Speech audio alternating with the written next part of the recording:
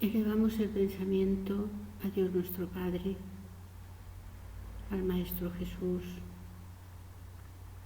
a nuestra mentora y benefactora espiritual y a todos los mentores que dirigen este centro en el mundo espiritual. Te rogamos, Señor, que durante esta conferencia podamos ser ayudados por la espiritualidad mayor, inspirados por los buenos espíritus y por los trabajadores espirituales de este centro. Así sea. En el día de hoy, la conferencia que está programada se titula La gran fuerza del pensamiento. Habitualmente nosotros pensamos que pensar no tiene mucha importancia, que el hecho de que pensemos algo malo no va a generar ninguna consecuencia mientras que no lo hagamos. Sin embargo, en el espiritismo, como en muchas otras materias, también en el pensamiento nos da una visión muy distinta a la que normalmente nosotros tenemos. La propia ley humana, cuando habla de las formas, los grados de ejecución de los delitos y las faltas, establece que si un delito no se ha perpetrado o una falta no se ha perpetrado, pero esto ha sucedido no por voluntad del que quería perpetrarla, sino por causas ajenas a la voluntad precisamente del delincuente, se le aplique la falta, se le aplique la pena al delito o a la falta correspondiente en su grado máximo. ¿Por qué? Porque si no lo hizo fue por causas ajenas a su voluntad. Con nuestros pensamientos, mis queridos hermanos, ocurre una cosa muy parecida. Pero todavía generamos mayor responsabilidad que la que el Código Penal recoge en nuestro mundo. El motivo es que en el mundo espiritual nuestros pensamientos generan verdaderos objetos animados que permanecen dando vueltas a nuestro lado y están ahí esperando para ser realizados. Para así decirlo, para entendernos, el pensamiento, hablando más físicamente del mismo, es energía. La energía no se destruye, sino que se transforma. Y habitualmente esos pensamientos que no tienen una realización van a quedar ahí envolviéndonos como una energía, como un fluido, y van a ser vistos y sentidos por entidades espirituales desencarnadas y encarnadas que se afinan a esos pensamientos, por lo cual se van a unir a nosotros. Este punto me hace recordar el libro de liberación que psicografió Chico. En él, como sabemos, el instructor y André Luiz y otro compañero que van en calidad de alumnos y de aprendizajes son llevados en esa ciudadela extraña del umbral, que ellos califican de extraña ciudadela del umbral, son llevados a una plaza donde están los jueces que integran una organización que denominan el gobierno del mundo. Luego os contaré una anécdota sobre esta organización que nos puede parecer de novela o de cuento, y sin embargo yo en el día de hoy os daré un dato que os hará pensar y os hará reflexionar que el gobierno del mundo, que así se autodenominan estos jueces faltos de piedad y de caridad, espíritus con el corazón terriblemente endurecido, se autodesignan a sí mismos el gobierno del mundo. Pues bien, el instructor André y el otro compañero en instrucción también, en periodo de aprendizaje, son llevados a una plaza donde se reúnen espíritus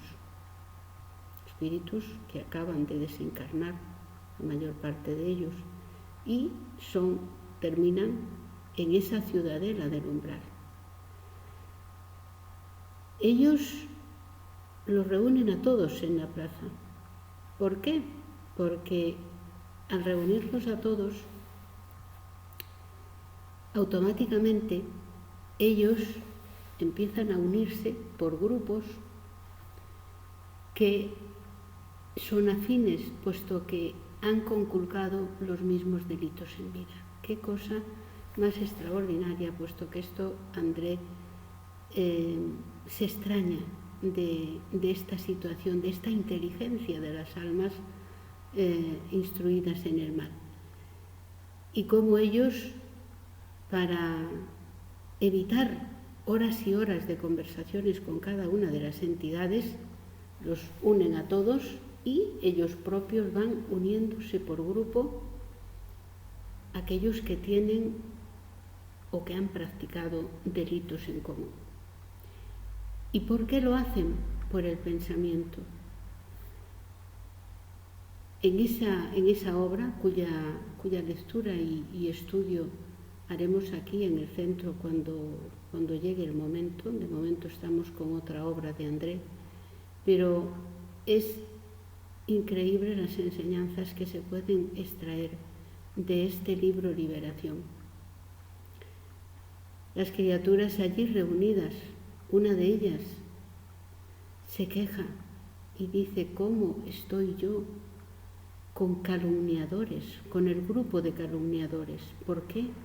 Si yo he sido un gran padre de familia y jamás he desatendido mis obligaciones, ¿cómo me ponen con el grupo de calumniadores?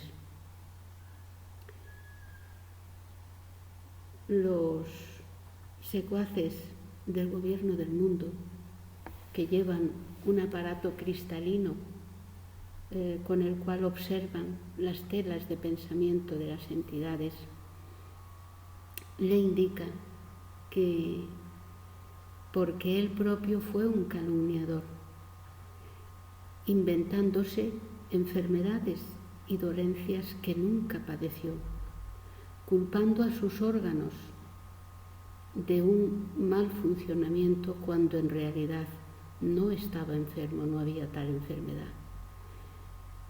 Pero no se detuvo el hermano, sobornando a médicos y a otros personajes, consiguió que lo jubilaran antes de la edad de la jubilación y estuvo 40 años dedicados a la ociosidad y a la conversación poco edificante. Por lo tanto, su acción de engañar al erario público cobrando una jubilación por una enfermedad que no tenía, le unía a los calumniadores. ¿Quiere decirse esto? Esto es de unas gravísimas consecuencias y de muy serias consecuencias para nosotros mismos que debemos tomar en serio. Nuestros pasos por la vida nos unen a entidades desencarnadas con iguales principios morales que nosotros. El pensamiento es la antesala de los hechos, es energía.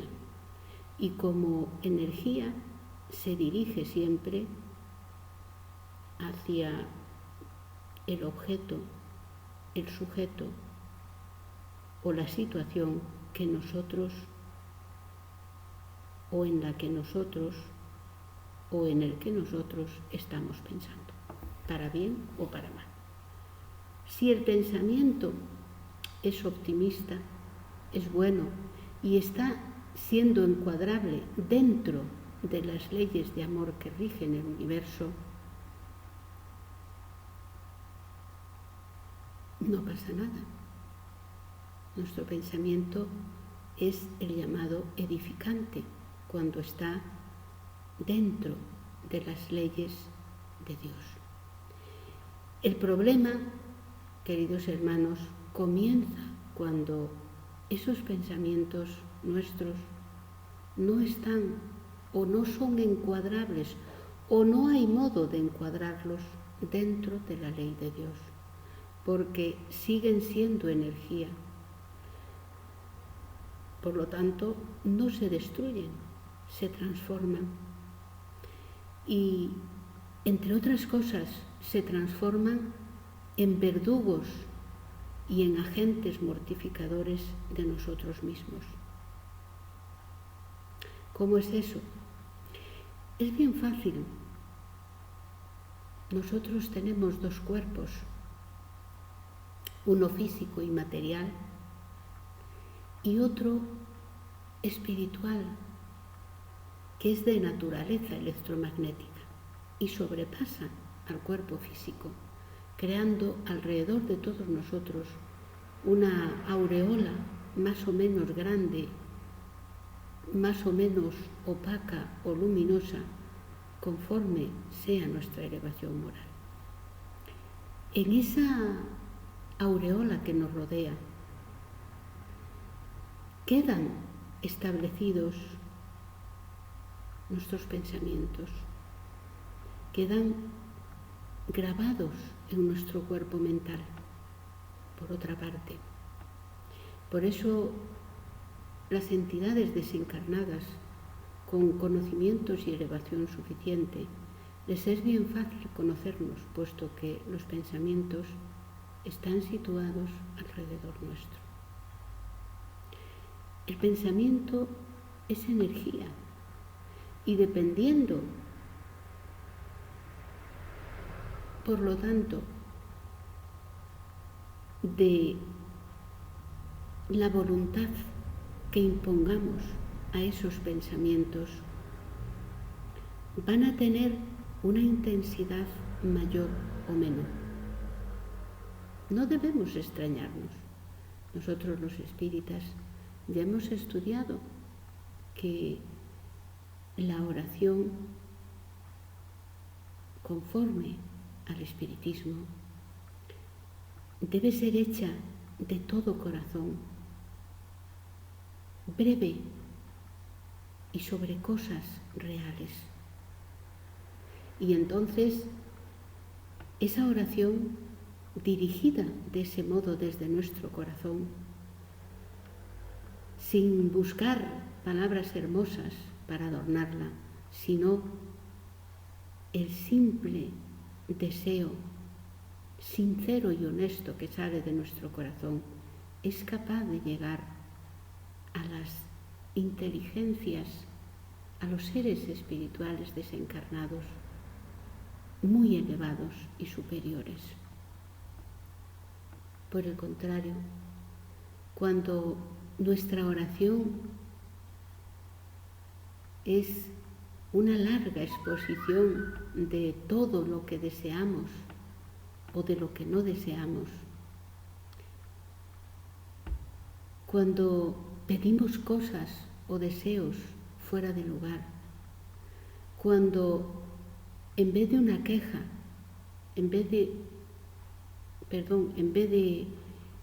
pedir algo justo o encuadrable dentro de nuestra evolución, solicitamos o pedimos cosas que no están dentro o no son buenas para nuestra evolución. Esa oración llena de pedidos materiales y efímeros se queda y llega nada más a espíritus desencarnados, a inteligencias desencarnadas que están tan materializados todavía como lo es nuestra oración.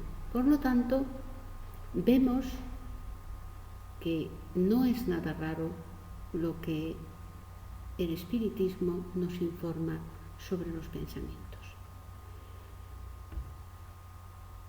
En el más allá, cada uno de nosotros, cuando seamos llamados a la patria espiritual, nos situaremos de modo natural entre aquellos hermanos, entre aquellos espíritus que acompañaron nuestro caminar durante la vida. El espiritismo en ningún momento dice que la vida continúe más allá de la vida. Esto es una expresión espiritualista, pero no espírita. El espiritismo nos informa, pero las palabras que emplean es la vida continúa. Más allá de la vida física, la vida continúa. Esta palabra, esta expresión, ha sido emitida por espíritus superiores en la codificación espírita y también en otros textos psicografados indubitados. No es por casualidad y sí por causalidad que la espiritualidad emplea el verbo continuar. No dice que la vida haya vida después de la vida. Esto, insisto, es una expresión de tipo espiritualista, pero no espírita. El espiritismo informa que la vida continúa, es decir, que hay vida en ambos lados, en el plano físico y en el plano espiritual. Pero en el plano espiritual la vida continúa. Continuar es un verbo que de por sí, gramaticalmente, atendiendo no a los signos gramaticales que forman la palabra, no al significante, por así decirlo, y sí al significado de la palabra, del verbo continuar, indica retomar una acción en el mismo lugar en que la dejamos. Es decir, la espiritualidad nos está diciendo que la vida para nosotros, para cada uno de nosotros, continúa en el más allá, en el mismo lugar y con la misma clase de espíritus y la misma clase de vida que solíamos llevar durante nuestra reencarnación. Así es comprensible que exista un lugar destinado para aquellos que consciente o inconscientemente ponemos fin a nuestra vida mediante distintas acciones. Estoy hablando del Valle de los Suicidas. Es normal que existan ciudadelas en el umbral como la que dirigía Gregorio, ese espíritu rebelde y con el corazón endurecido, al que Andrés, su compañero y el instructor, van a buscar para ayudar a salir de ese lugar, porque ha llegado su momento. No es raro, pues, que existan antros en el umbral que aglutinen almas que se han recreado durante la vida física en idénticos e iguales pensamientos. La vida continúa, como dicen los espíritus. Por ello, debemos prestar especial atención a los pensamientos. Es un capítulo que ya se trató hace mucho tiempo, no es nuevo. Durante su estancia en la tierra, el Maestro Jesús aconsejaba, conforme a lo que dejaron escrito los evangelistas, orad y vigilad. Lo que él quería decir era: orad por los demás y vigilad vuestros pensamientos. A eso se refería. Nosotros, de modo habitual, debido a nuestra gran inferioridad, vigilamos a los demás, vigilamos los pensamientos, las acciones, las palabras de los demás y oramos por nosotros mismos como los egoístas. Vigilar los pensamientos es vigilar nuestra palabra. Y también la palabra nos retrata ante los demás. El Maestro Jesús, también en la Galilea, hace casi 2000 años, decía, cuando los fariseos lo criticaban porque no se lavaba las manos antes de comer, él expresó que no manchaba al hombre lo que entraba por su boca, y sí lo que salía por su boca. Hace casi 2000 años que el Maestro nos advertía sobre la vigilancia de pensamientos, palabras y acciones, y sobre el cuidado que debemos tener con la palabra. Quien mucho habla, mucho yerra, dice el refrán. Vale más que pensemos cada una de las palabras que vamos a decir, porque para no anatematizar, no herir a nadie, solo informar. La doctrina espírita es la doctrina de la libertad. Nada impone, nada exige, nada pide, solo informa a los hermanos sobre la ley del Eterno, que está expresada en nuestro mundo en 3 grandes revelaciones. La revelación primera es la de Moisés. La revelación segunda la constituye la doctrina del Maestro Jesús. Y la tercera la constituye el Consolador, el Espiritismo, ese Consolador prometido por el Maestro Jesús en el día de Pentecostés, o que la Iglesia católica y otras iglesias, otros hermanos de otras iglesias recuerdan con ese nombre el día en que Jesús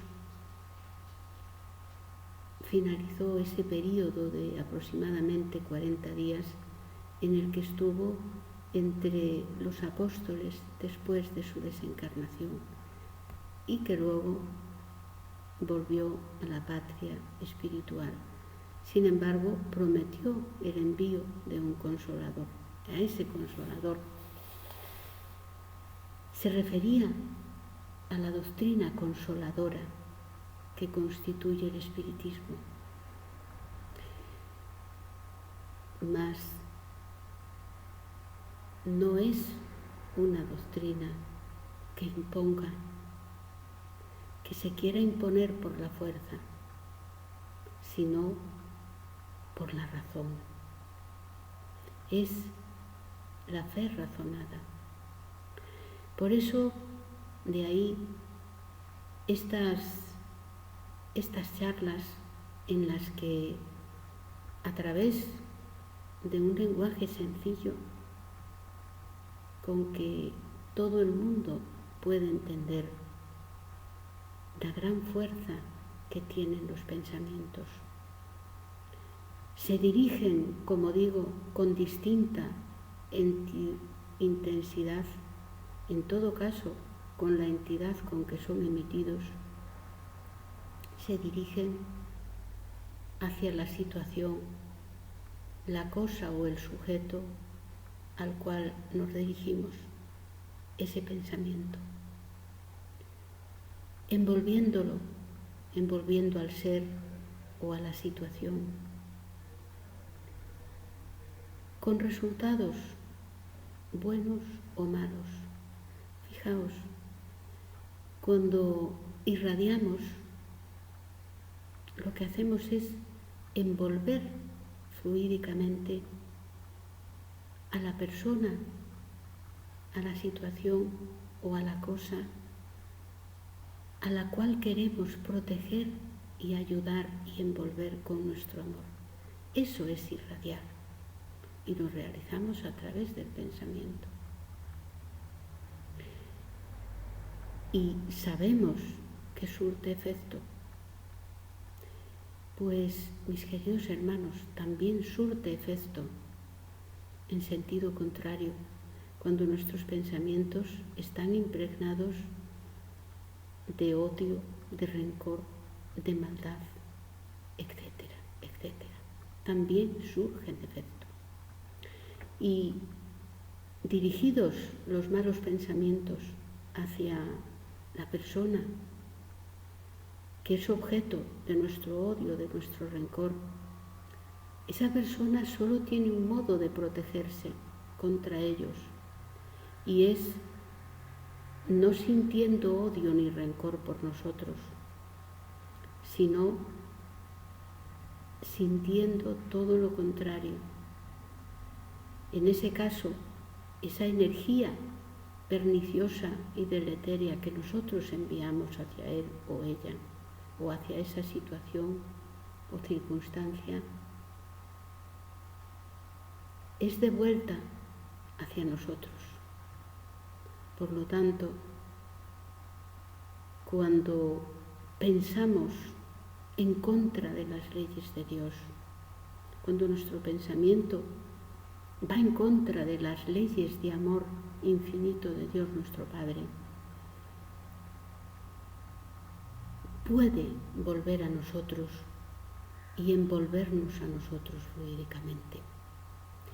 Y entonces, en ese momento, será esos pensamientos tristes y deprimentes serán los que nuestra mente esté absorbiendo, y a través principalmente del centro energético coronario situado en nuestro cuerpo espiritual y que dirige a todo el resto de los centros energéticos, sea que distribuya esa propia energía deletérea que nosotros emitimos y que vuelve hacia nosotros a través de los centros vitales situados en el cuerpo físico, a todos los órganos de nuestro cuerpo, comenzando así a impregnar la membrana citoplásmica de cada una de nuestras células, ese líquido acuoso, ese medio acuoso en el que también circulan los pensamientos y la energía. Es por este motivo, queridos hermanos, que incluso debemos cuidar nuestros pensamientos, porque las primeras víctimas de ellos somos nosotros mismos.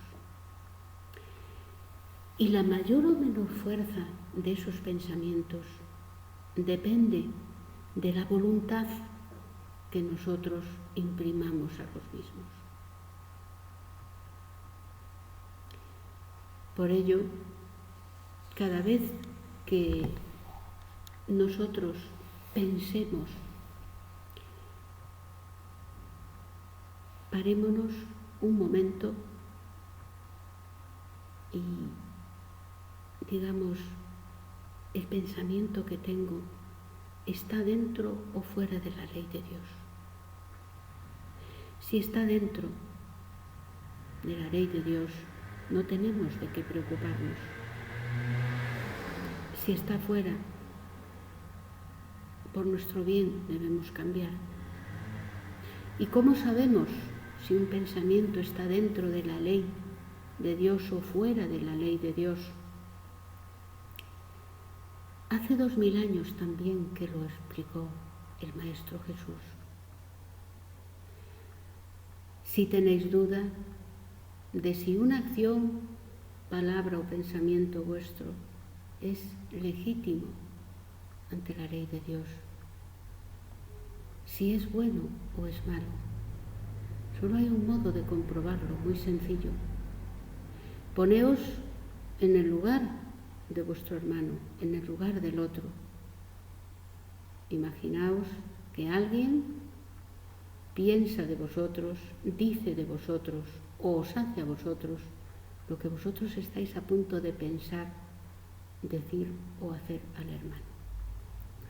Si no os gusta, si os haría daño, no puede ser más legítimo practicado por vosotros mismos a otro, porque conforme indica el Maestro Jesús, Dios no tiene dos leyes, tiene una ley nada más, inmutable y eterna.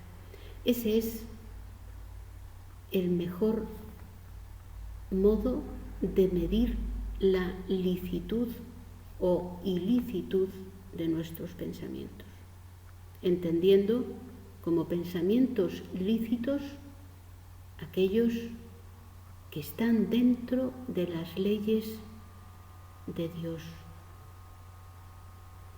e ilícito aquellos que no lo están.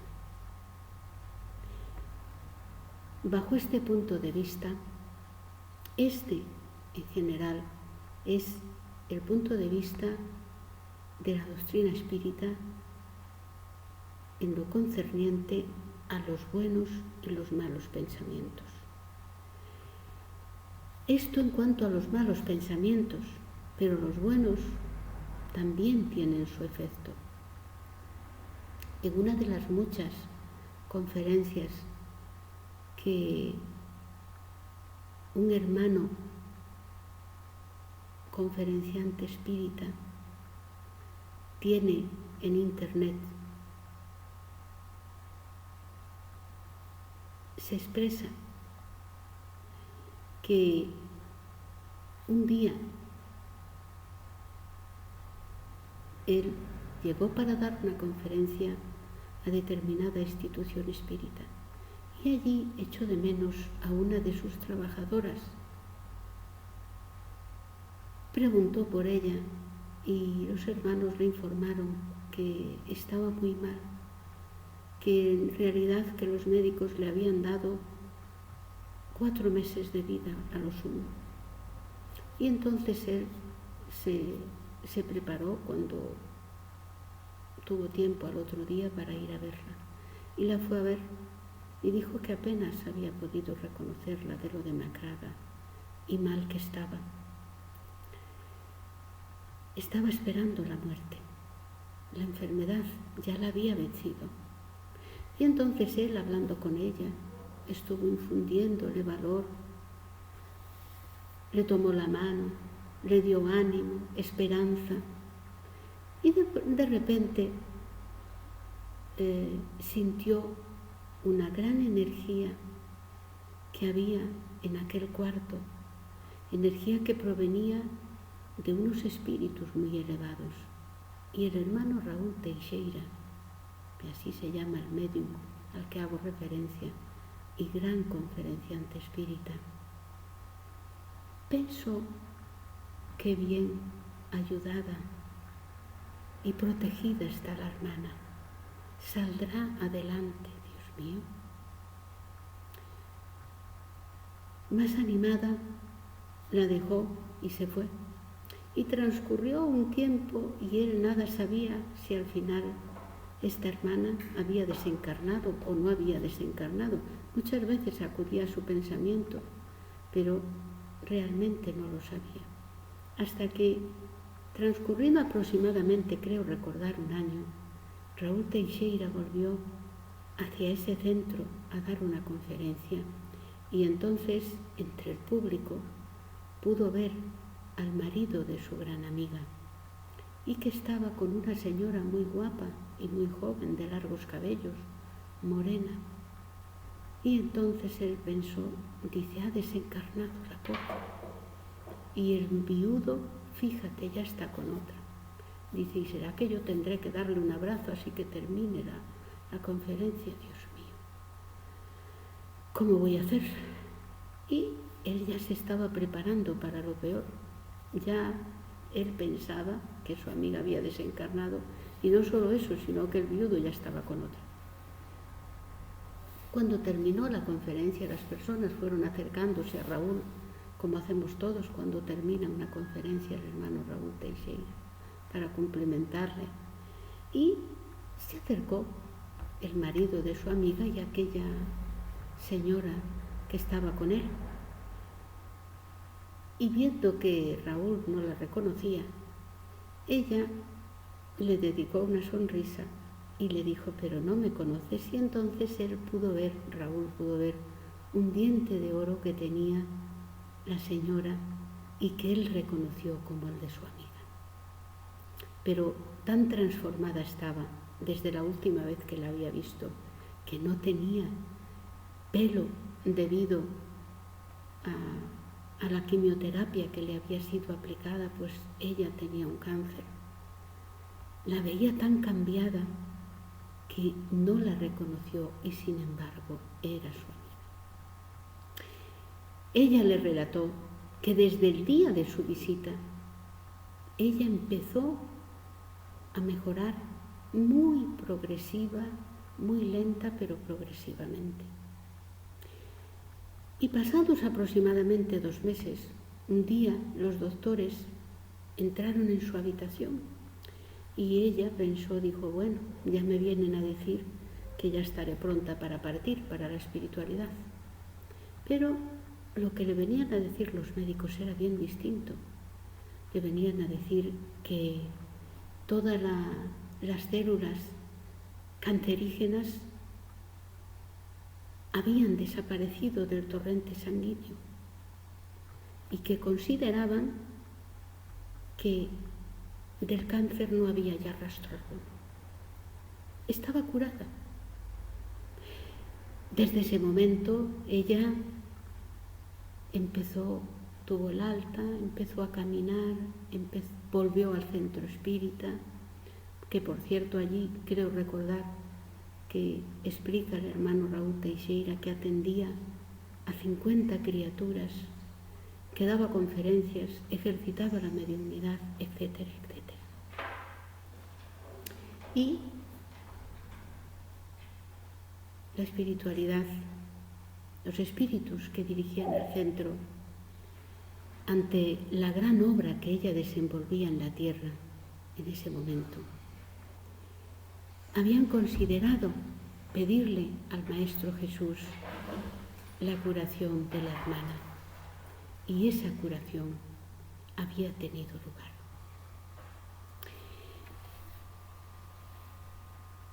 Esta es la importancia del pensamiento.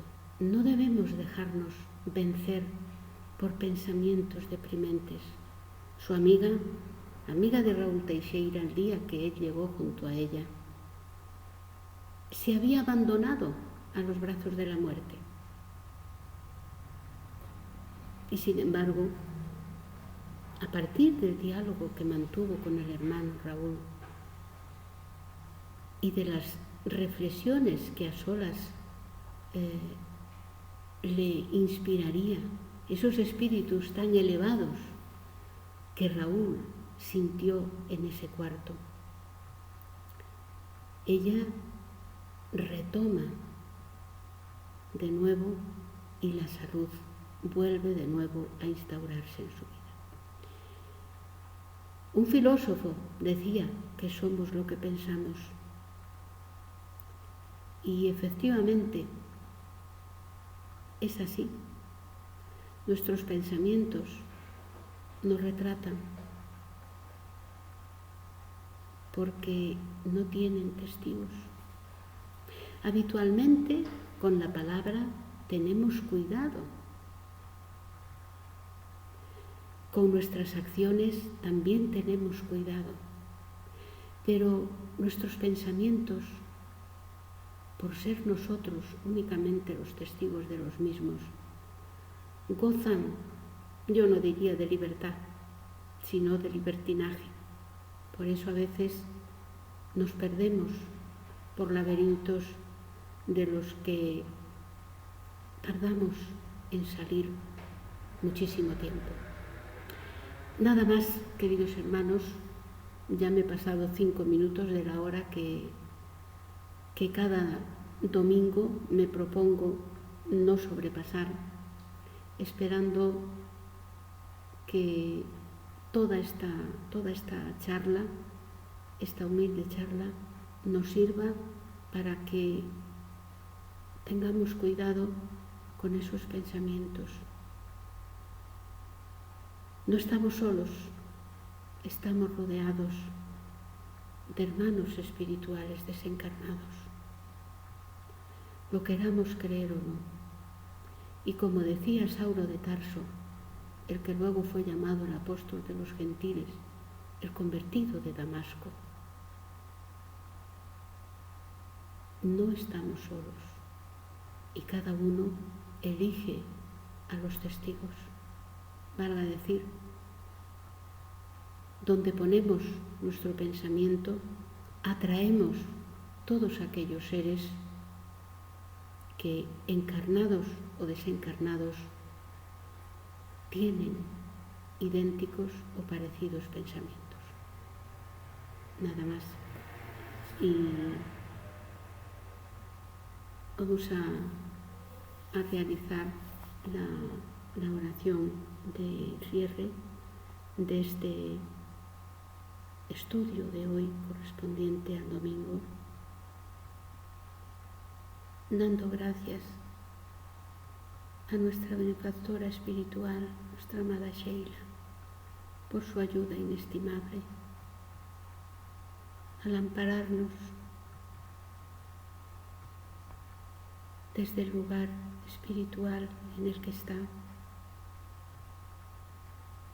a nuestros mentores y guías del centro,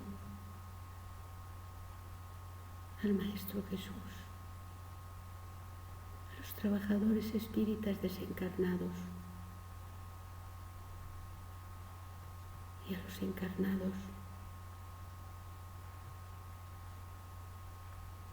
y también dar gracias a toda la espiritualidad que desencarnada ha venido a compartir con nosotros en este día. Así sea. Bueno, ahora ya podéis efectuar todas las preguntas